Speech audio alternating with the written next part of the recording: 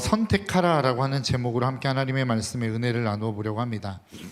여러분, 어떤 일이 일어나려고 하면 반드시 그 뒤에 따라가는 일들이 있습니다. 그러니까 제가 대학생일 때 전주에 있는데 이렇게 길을 가는데 반대편에서 우리가 보통 사이카라고 이야기하지 않습니까?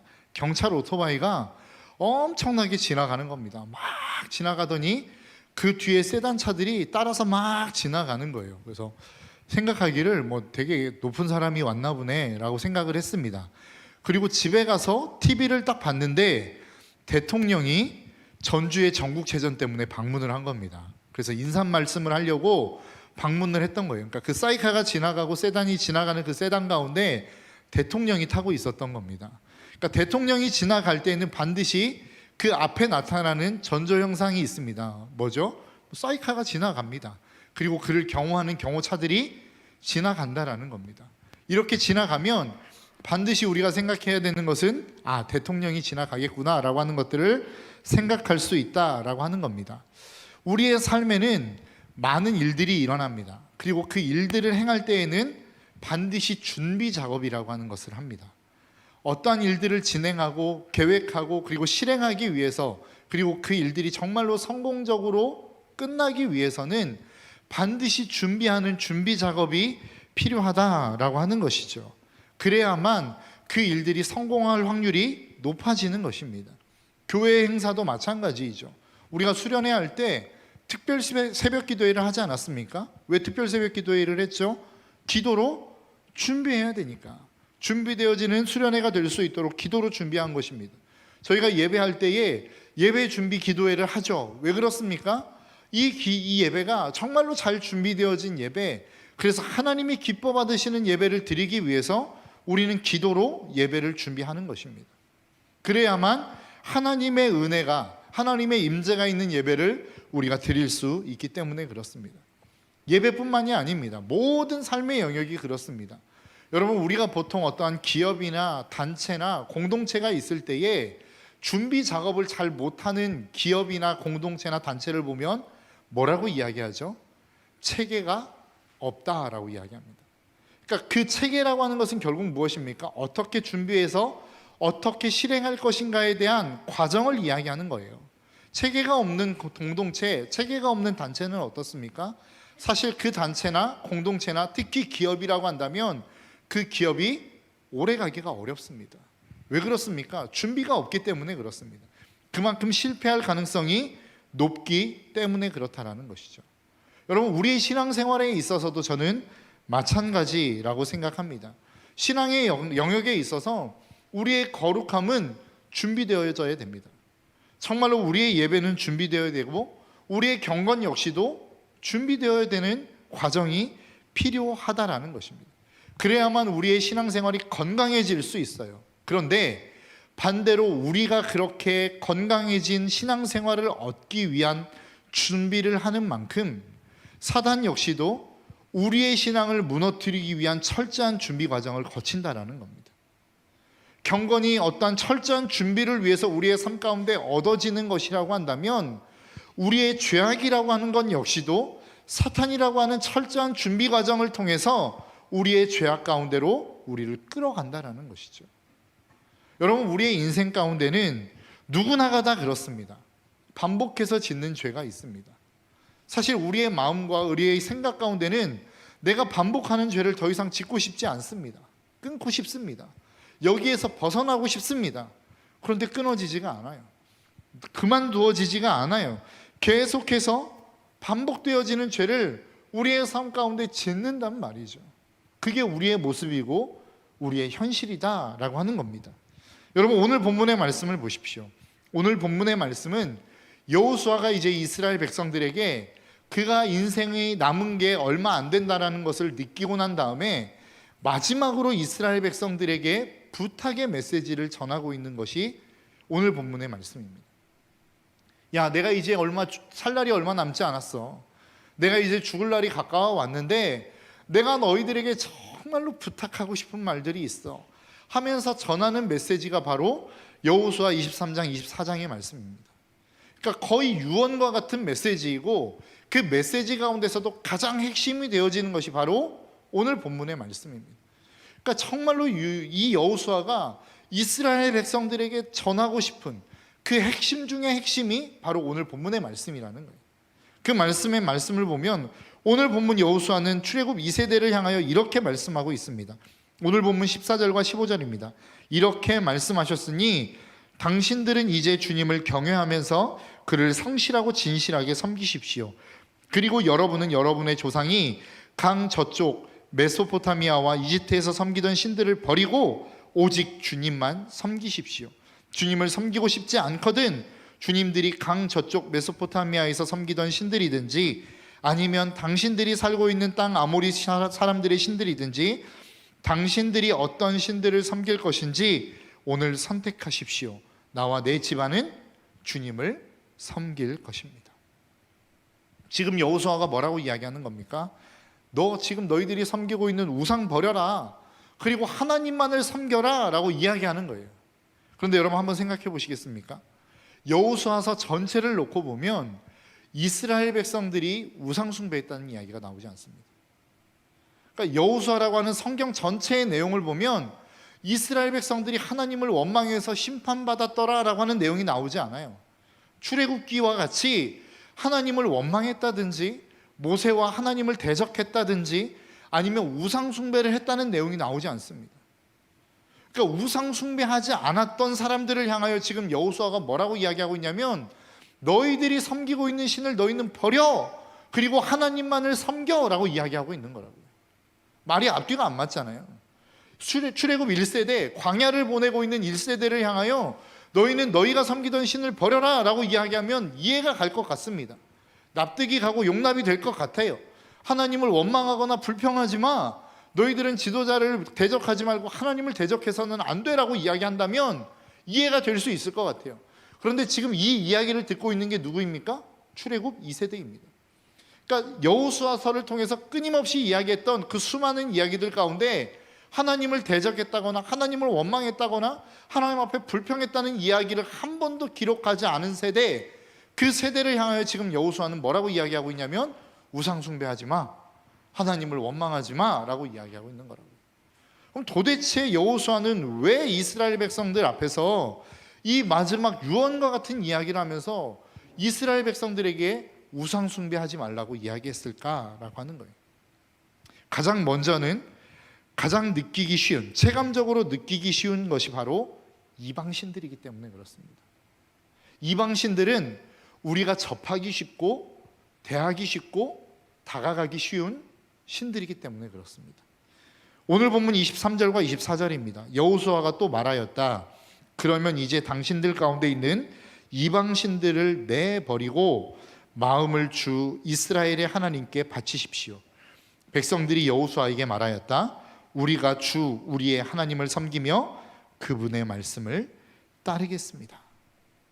여러분 지금 이야기하고 있는 여호수아가 이야기하고 있는 이스라엘 백성들에게 이야기하고 있는 이방신들을 내버려라 라고 이야기할 때에 내버리다 라고 하는 뜻이 무엇이냐면 원어로 떠나다, 돌이키다 라고 하는 뜻을 가지고 있어요.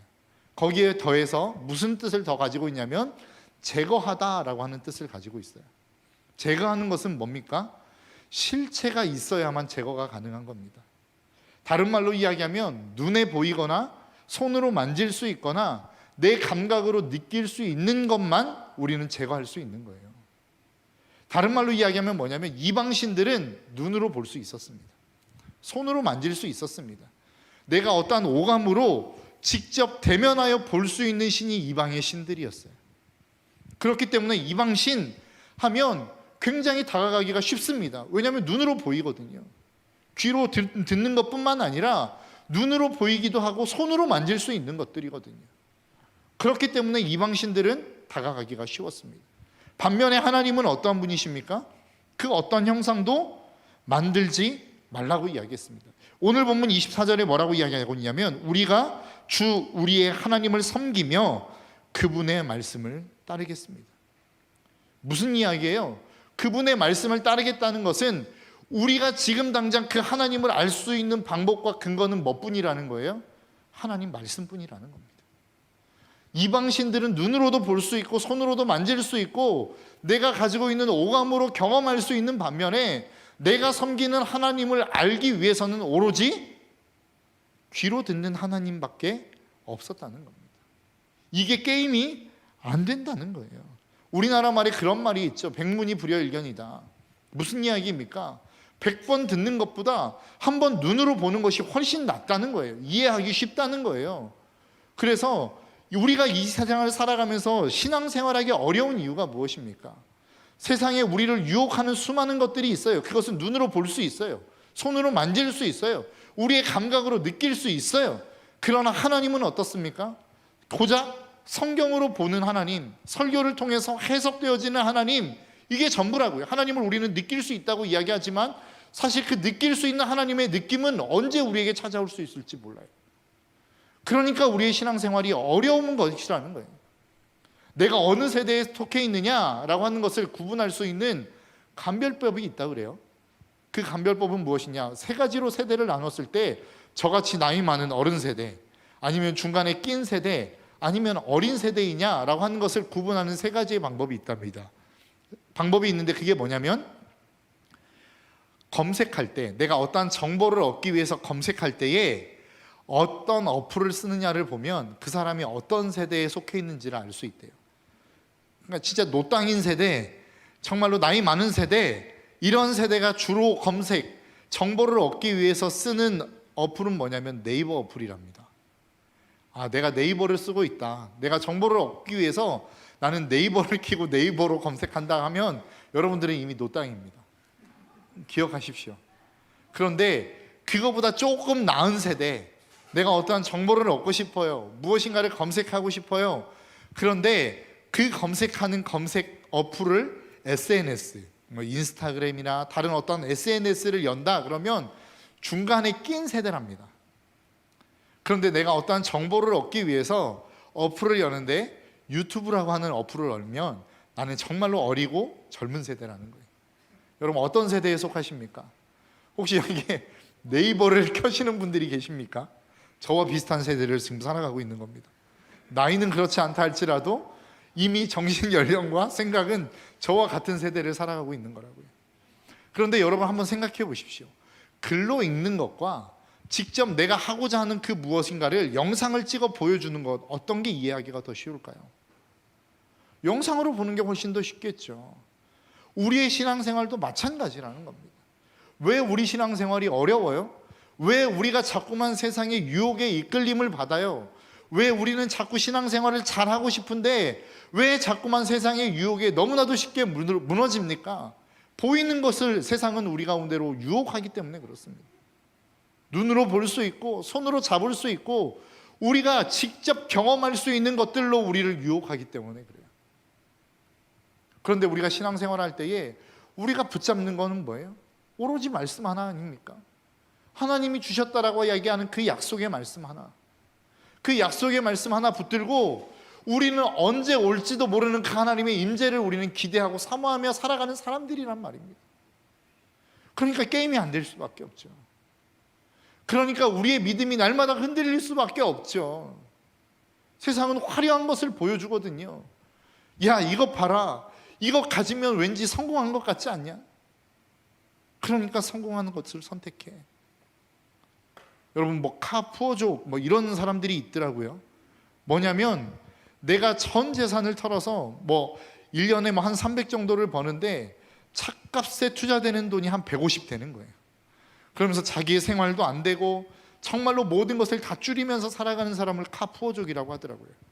근데 이 사람들의 삶의 모습이 뉴스를 통해서 어떤 신문 기사를 통해서 나왔는데 대부분의 사람들은 후회한다는 거예요. 왜냐하면 생활이 안 되기 때문에. 성공하셨네요라고 하는 이 달콤한 한마디를 위해서 차를 구입했는데 생활이 너무나도 망가져 버리더라는 거예요. 우리의 신앙생활도 그럴 수 있다는 겁니다. 화려한 것을 쫓아 살아갔어요. 눈에 보이는 것을 쫓아 살아갔어요. 그런데 사실 그 안에는 행복도 없고 기쁨도 없고 감사도 없어요.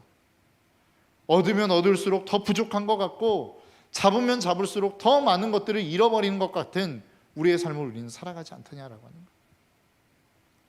신앙생활이 어려운 이유는 귀로 듣는 신앙생활이기 때문에 그렇습니다. 하나님이 우리에게 말씀하셨어요. 출애굽기 20장 4절에서 하나님은 분명하게 우리에게 말씀하십니다. 너희는 너희가 섬기려고 위로 하늘에 있는 것이나 아래로 땅에 있는 것이나 땅 아래 물속에 있는 어떤 것이든지 그 모양을 본떠 우상을 만들지 못한다. 하나님은 형상을 만들지 말래요. 왜요? 형상을 만드는 순간 하나님의 원래의 실체의 모습이 깨어지기 때문에 그렇습니다. 여러분 혹시 예수님 하면 어떤 이미지가 떠오르나요? 눈은 막 부리부리하고 코는 오똑하고 막 입은 크고 두툼하고 막 머리는 막 이렇게 웨이브를 잠깐 살짝 넣은 듯한 이런 긴 머리, 그래서 막 잘생겨서 막 왜 걱정하느냐 막 이러면 막 위로가 될 수밖에 없는 그러한 이미지를 우리는 떠올리지 않더냐라고 하는 거예요. 그런데 사실 성경이 예수님을 이야기하는 외모는 그렇지 않습니다. 이사야 43장 2절에 보니까 이렇게 이야기해요. 그는 주님 앞에서 마치 연한 순과 같이 마른 땅에서 나온 싹과 같이 자라서 그에게는 고운 모양도 없고 훌륭한 풍채도 없으니 우리가 보기에 흠모할 만한 아름다운 모습이 없다. 성경에서 이야기하는 예수님의 모습은 저보다 못해요. 살짝 당황하셨나요? 뭐 얼음이 된 거 정지화면 같아 보였습니다. 죄송합니다. 신성모독은 아닙니다. 네. 성경에서 이야기하는 모습은 그래요. 흠모할 만한 게 없대요. 고운 풍채도 없대요.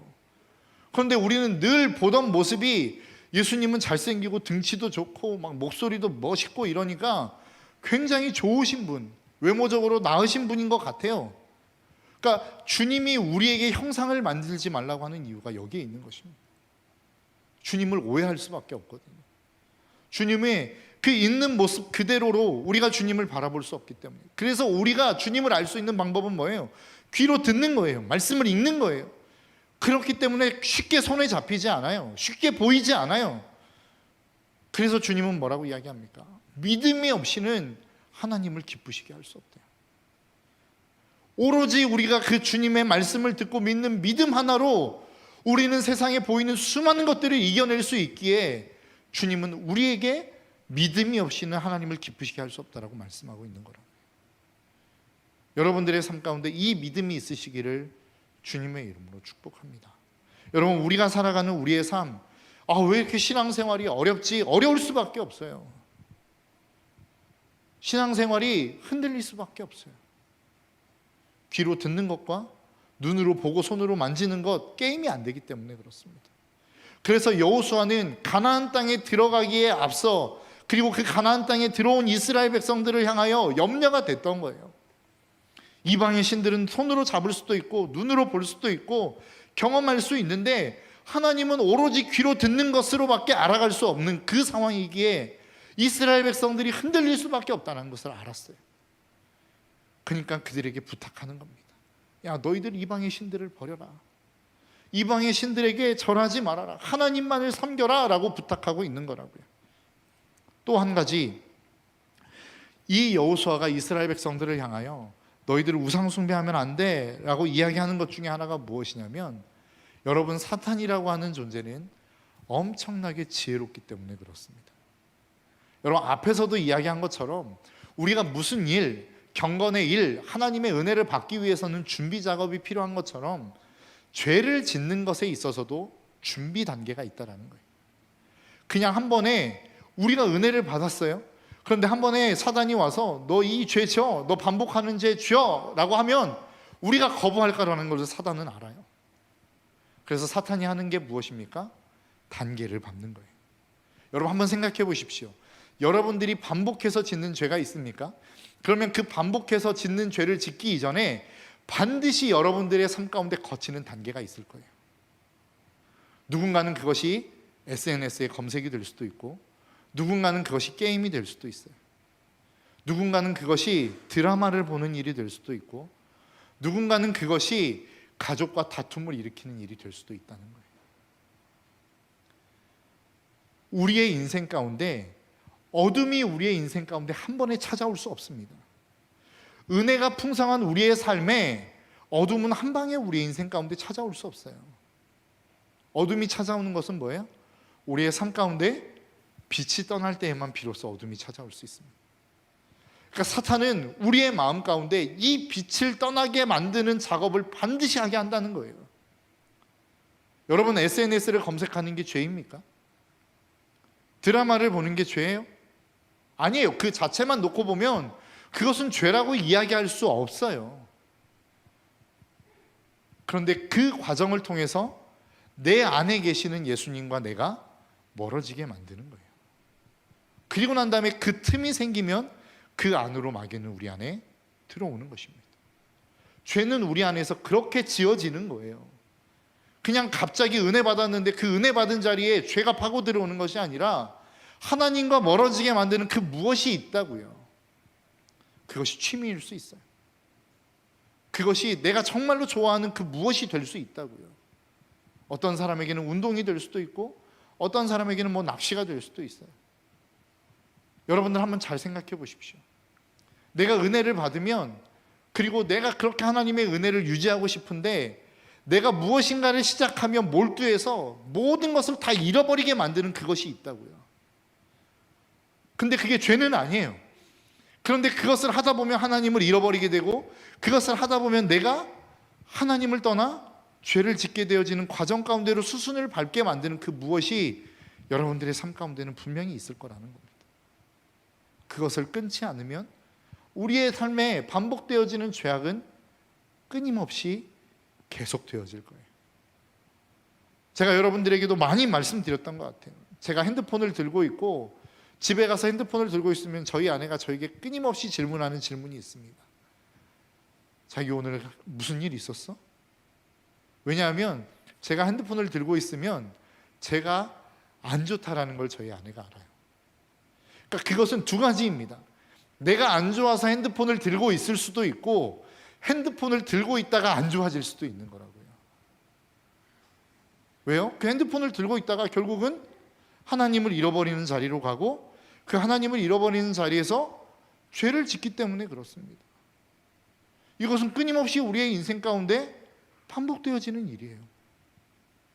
끊어도 또 하고 끊어도 또 하고 반복되어지는 이 과정 속에서 내가 얼마나 이것들을 더 많이 끊어낼 수 있느냐, 이 텀을 얼마나 길게 가져갈 수 있느냐, 그 속에서 내가 하나님을 얼마나 바라볼 수 있느냐의 싸움이라는 겁니다. 여러분, 이스라엘 백성들을 보십시오. 이스라엘 백성들이 출애굽했어요.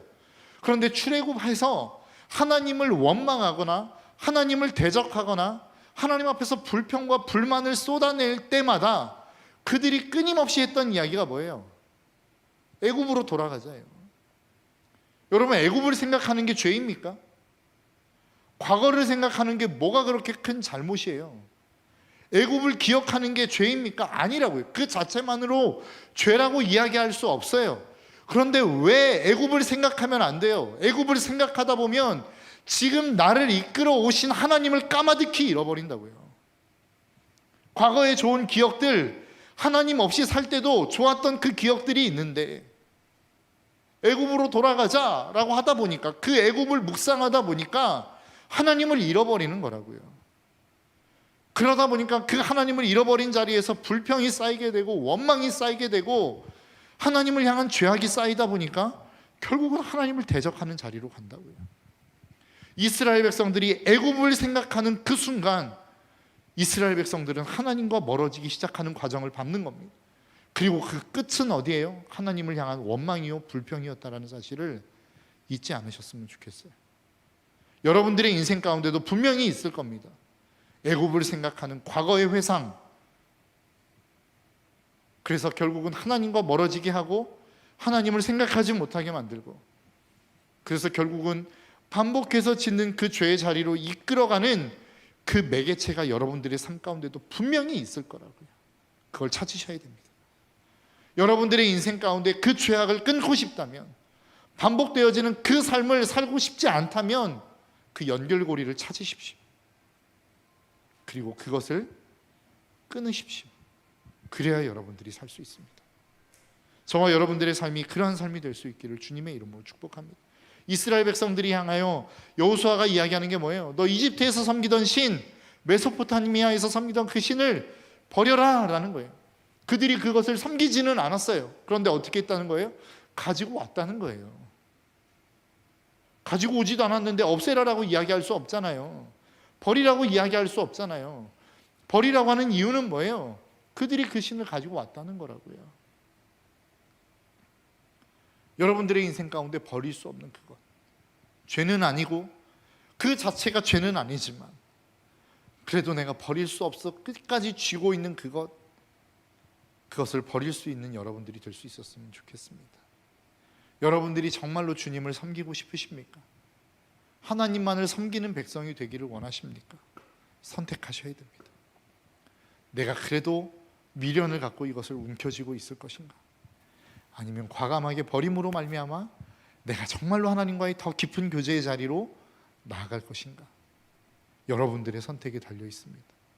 하나님이 여러분들에게 자유의지를 주셨고 하나님은 여러분들에게 그것을 선택하라고 말씀하고 있는 것입니다. 오늘 이 밤은 아니죠. 오늘 이